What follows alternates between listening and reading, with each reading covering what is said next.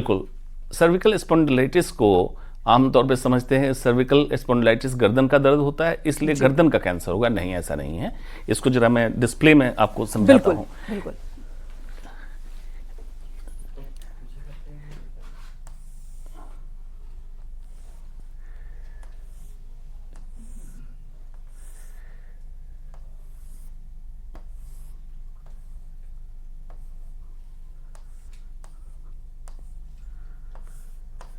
ये इसको कहते हैं यूट्रस, बच्चेदानी का हिस्सा हुआ। ये बर्थ कैनाल, जिसको आमतौर पे विजाइना बोलते हैं, इसकी ओपनिंग, यूट्रस की बिल्कुल ओपनिंग, जिसको मुंह कहते हैं, इस एरिया को कहते हैं सर्विक्स। इस एरिया में ह्यूमन पैपिलोमा वायरस इस रास्ते से इन किया, यहां पे जमा हो गया, और कुछ समय के बाद ये वायरस इस सेल को बदलता गया। इसको कहते हैं सर्वाइकल कैंसर। जी, ये है सर्वाइकल कैंसर। बच्चेदानी के मुंह के कैंसर को सर्वाइकल कैंसर कहते हैं। इसको कहीं कोई कंफ्यूजन नहीं है कि इसको उससे समझना चाहिए हमें कि गर्दन से कोई सर्वाइकल से जोड़ के ना देखें। ये महिलाओं में ही होगा, तो पुरुषों में नहीं होगा। गर्दन तो पुरुषों में भी है, लेकिन पुरुषों में नहीं होगा। दूसरा, हर फीमेल जिसके अंदर यूट्रस है, ये एक तरह से मान लीजिए कि वो ससेप्टेबल हैं, एट रिस्क हैं कि उनको सर्वाइकल कैंसर की संभावना बनेगी फ्यूचर में। तो आई होप कि लोगों का, खासकर महिलाओं का और घर के पुरुषों का भी ये कंफ्यूजन दूर हो गया होगा कि सर्विकल कैंसर आखिर शरीर के किस हिस्से में, और क्यों कहा जाता है कि महिलाओं को इससे ज्यादा डर है, क्योंकि ये रिलेटेड महिलाओं से ही है जी। अब मेरा अगला सवाल है, जो स्टेजेस की बात हो रही है, क्या हम सर्विकल कैंसर को रोक सकते हैं, और अगर कोई इससे ग्रसित हो जाए तो फिर क्या है? बहुत अच्छा सवाल किया। देखिए, मैंने कहा सबसे महत्वपूर्ण बात इस कैंसर के साथ है कि प्रिवेंटेबल है, मतलब रोकथाम संभव है, अर्ली डिटेक्शन संभव है, और एक स्टेज है प्री कैंसर, वो भी इसमें पकड़ा जा सकता है। अब समझिए ध्यान से, सेक्सुअल कॉन्टैक्ट जब चालू हुआ तो रिस्क हो गया कि ह्यूमन पैपिलोमा वायरस का संक्रमण होगा। तो संभोग से संक्रमण और संक्रमण से समस्या, इसमें देखिए कितना डिफरेंस है। संक्रमण हो गया, मिनिमम 10 साल लगता है ये कैंसर में तब्दील होगा।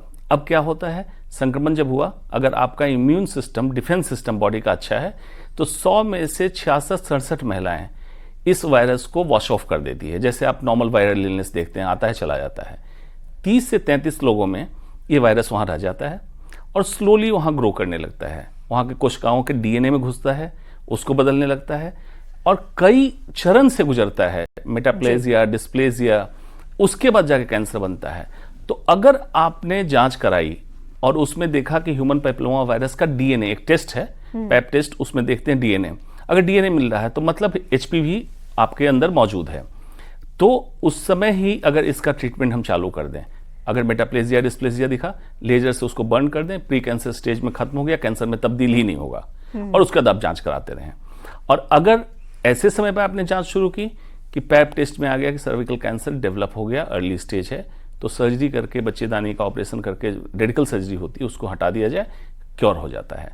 हमारी कोशिश इन्हीं 2 चरण में ज़्यादा होनी चाहिए कि pre cancer, early cancer detect हो, और बेस्ट होगा अगर इसको रोक सकें, प्रिवेंटेबल। यानी कि बेस्ट होगा कि रोक सके, जिसका जो तरीका है वो वैक्सीनेशन है।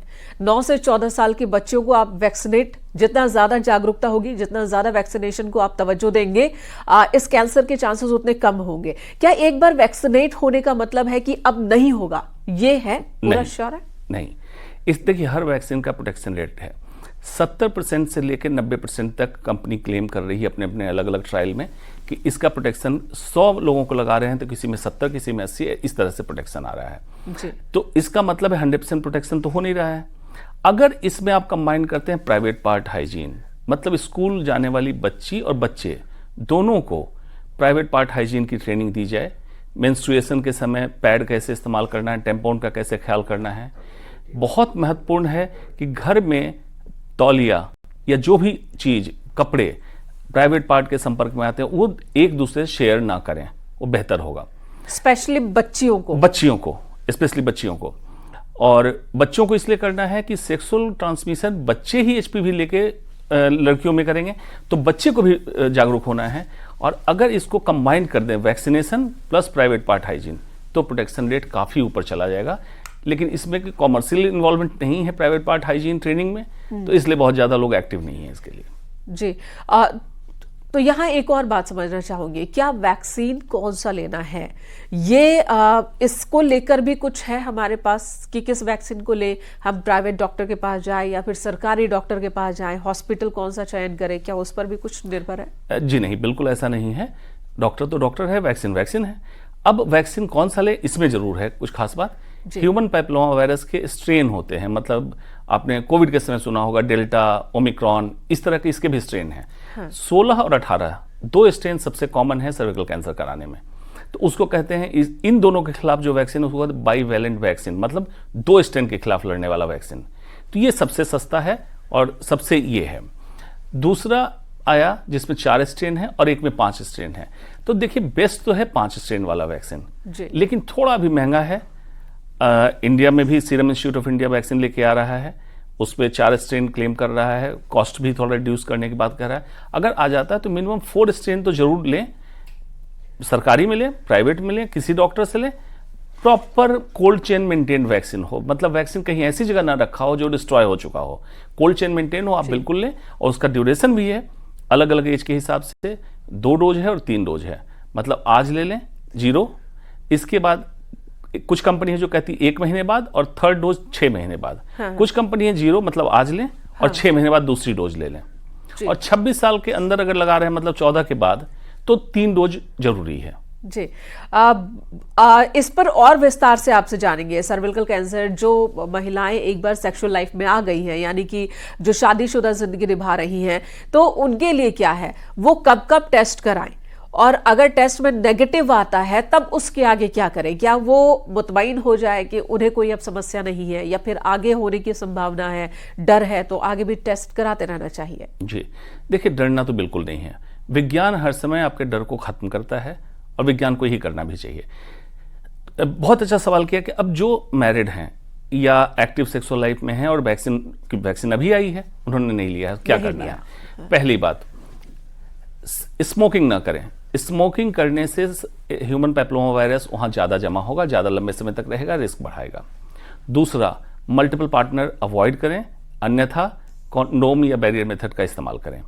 जो पुरुष हैं उनके भी अगर मल्टीपल पार्टनर हैं, महिला के मल्टीपल पार्टनर नहीं है, तो भी रिस्क रहेगा एचपीवी ट्रांसमिशन का, इसका ध्यान दें।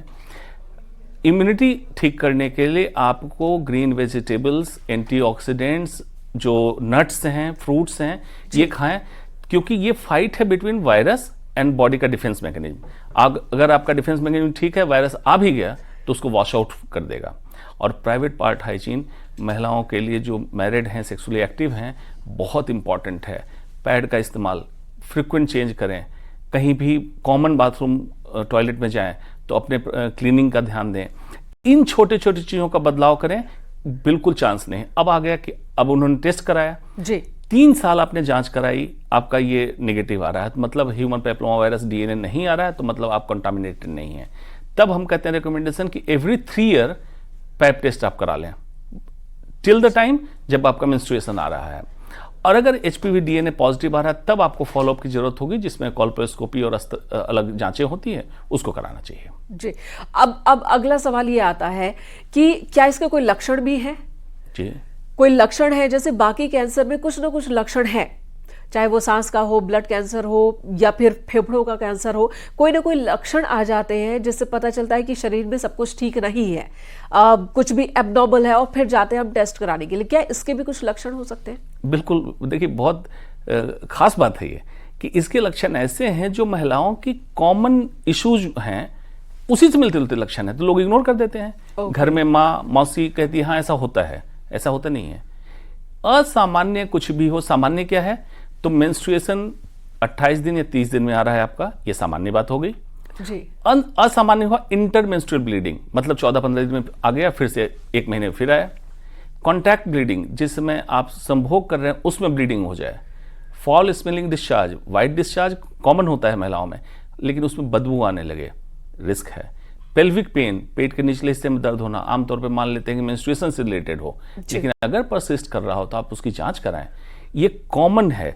और अगर ग्रोथ बड़ी हो गई तो कभी कोई मांस का टुकड़ा जैसा निकलता है, उसको भी लोग इग्नोर करते हैं कि क्लॉट जमा होगा। तो ये कॉमन चीज़ें जो महिलाओं के साथ होती है लक्षण कैंसर के उसी से मिलते जुलते हैं, लेकिन असामान्य जब होने लगे तो आप बिल्कुल उसकी जांच करा लें। बिल्कुल। और अगर कुछ ऐसे स्टेज में पहुंच गए जहां पर ऑपरेट करना जरूरी है, जो कहते हैं बच्चेदानी निकालना पड़ जाए, जब महिलाओं की एज 45, 50 या जब वो अब बच्चे नहीं करना चाहती है, उस एज में पहुंच गई, तब ऑपरेट करना, और अगर अर्ली एज है, क्या वैसे केसेस भी आपकी लाइफ में आए जिसमें 25-30 साल की लड़कियों को भी ऑपरेट करने की जरूरत पड़ी हो? जी बिल्कुल।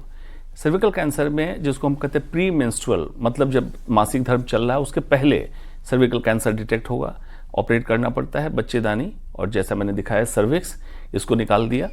लेकिन इसमें हम प्री मेनोपॉजल मतलब मेंस्ट्रुएशन के पहले जिनका ऑपरेशन करते हैं, ओवरी बचा देते हैं एटलीस्ट एक साइड, ताकि फीमेल को पोस्ट मेनोपॉजल लक्षण ना आए, मतलब हार्मोन की डेफिशिएंसी ना हो। और जो पोस्ट मेनोपॉजल होती है उनमें ओवरी अगर सेक्रीफाइस भी करते हैं तो ऑलरेडी उनका हार्मोन लेवल डाउन हो चुका, उनको दिक्कत नहीं होती है। जी, जो एक बहुत बड़ा सवाल होता है लोगों के जहन में और एक डर भी होता है कि ऑपरेट किया तो क्या फिर वो चाइल्ड कंसीव नहीं कर सकती वो महिला फिर कभी? जी बिल्कुल, बच्चेदानी के मुंह का ही कैंसर है, और जब स्टेज आ गया, स्टेज 1, स्टेज 2, तो ऑपरेशन करने में पूरी बच्चेदानी निकलती है, तो इसलिए कंसीव नहीं कर पाती हैं, ये सच है।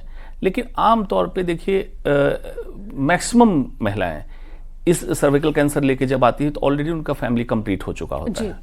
और खास बात देखिए, मल्टीपल चाइल्ड बर्थ, मतलब बच्चे जितने ज्यादा होंगे तो सर्विकल कैंसर का चांस उतना ज्यादा बढ़ता है, तो इसलिए वो भी कनेक्टेड है इससे।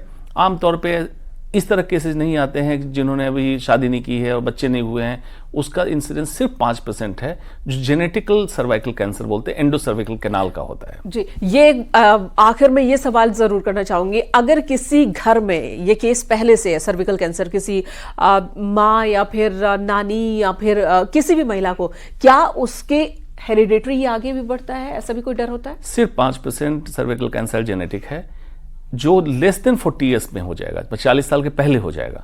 बाकी सर्विकल कैंसर स्पोरेडिक है, मतलब उसी फीमेल के एब्नॉर्मलिटी के कारण होगा, इन्फेक्शन के कारण। अब आप सोच सकते हैं कि कुछ ऐसे केसेज आते हैं रूरल एरिया से या बहुत स्लम में रहने वाले लोगों में कि पुश्त दर पुश्त या कई बार इस तरह से जो क्राउडेड प्लेस में रह रहे हैं उनको सर्विकल कैंसर कई फीमेल में हुआ। उसके पीछे की वजह आपको मालूम है, ये जेनेटिक नहीं है। Crowded place, sharing same towel, okay, hygiene की कमी कि आपने इन्फेक्टेड चीजों का इस्तेमाल किया, सारी महिलाएं इन्फेक्ट हुई और सब में, अच्छा स्लम में रह रही हैं तो इम्यूनिटी भी डाउन है, न्यूट्रिशन भी गड़बड़ है, इन सबको मिला जुला के आप देखें cluster, family cluster of cervical cancer, तो वो केसेस बढ़ जाते हैं। तो बहुत इंपॉर्टेंट बातें आपने बताई डॉक्टर साहब। पहली बात कि आपको जागरूक होना है, सभी को जागरूक होना है। 9 से 14 साल की उम्र में लड़कियों को वैक्सीनेट कीजिए।